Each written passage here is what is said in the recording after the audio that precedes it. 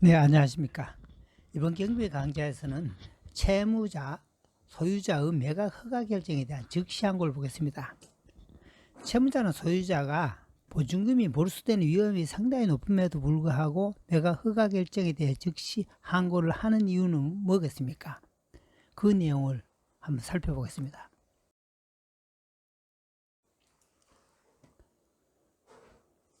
매각 허가 결정에 대해 즉시 항고를 하려면은 그 사유가 엄격히 정해져 있습니다. 민사집행법 130조 1항에 내용을 보면 이 신청 사유가 있다거나 그 결정 절차에 중대한 잘못이 있다는 것을 이유로 드는 때만 가능하다고 명시되어 있습니다. 그만큼 엄격하게 사유를 정해놨다는 거죠.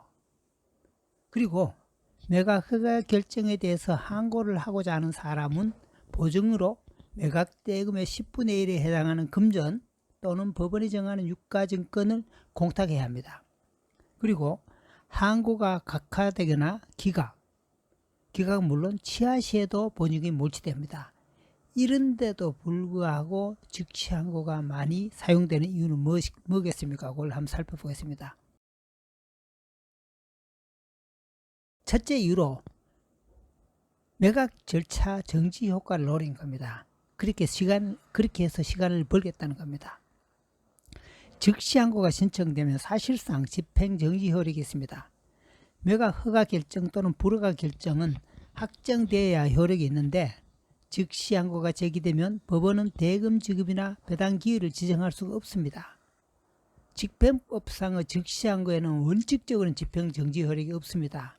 그렇지만 매각 허가 결정에 대한 즉시 항고는 대금 지급 기한을 지정할 수 없어서 매각 허가 결정이 확정될 때까지는 경매 절차를 진행할 수 없는 겁니다.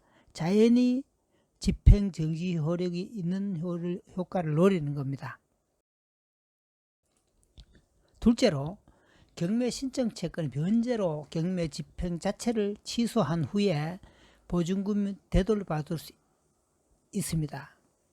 채무자나 소유자가 즉시 항고가 기각되어 항고 보증금이 몰수되더라도 매수인이 매각 대금을 납부할 때까지는 채무자나 소유자가 경매 신청 채권자 청구 금액을 전액 변제하고 집행 취소 신청을 제출하는 경우에는 경매 절차는 취소되고 항고 보증금은 되돌려받을 수 있는 겁니다. 그러면 경매 절차 취소 신청 방법을 보겠습니다. 채무자 등이 매각 기일에 매각이 된 집행 취소를 하는 방법을 보면 원칙적으로는 최고가 매수 신고가 있은 뒤에는 최고가 매수인의 동의가 필요합니다. 차순위 매수 신고인이 있는 경우에는 차순위 매수 신고인의 동의도 받아야 됩니다. 그렇게 하면은 경매가 취하되고 압류 효력은 소멸되는 겁니다. 낙찰받고 집행 취소를 동의해 주는 매수인은 드뭅니다. 그렇다면은 동의를 받아서 취소하는 절차는 현실적으로 어렵다고 본다면은 다른 대책을 세워야 된다는 겁니다. 그 내용을 보겠습니다.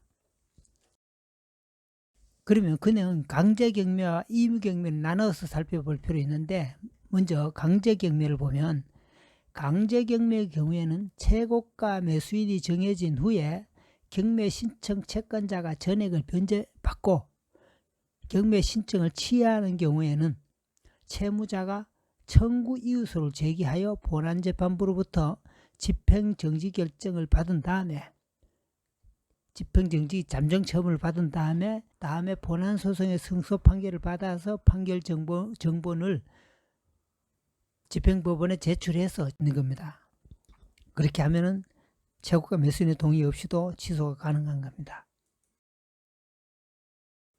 근데 임의경매는 상대적으로 좀 수월하게 진행할 수 있습니다. 임의경매의 경우에는 매수 신고가 있은 뒤 경매 신청을 취하는 경우에는 채무자가 경매 신청 채권자에게 피담보 채무 전액을 변제하고 등기사항 증명서를 말소 증명서를 첨부해서 경매 취소 신청을 할 수 있는 겁니다. 그렇다면은 임의경매든 강제경매든 채무자가 돈을 갚았다는 증명을 가지고 집행 취소를 신청을 한다는 그런 공통점이 있습니다. 그렇다면 결론을 보겠습니다.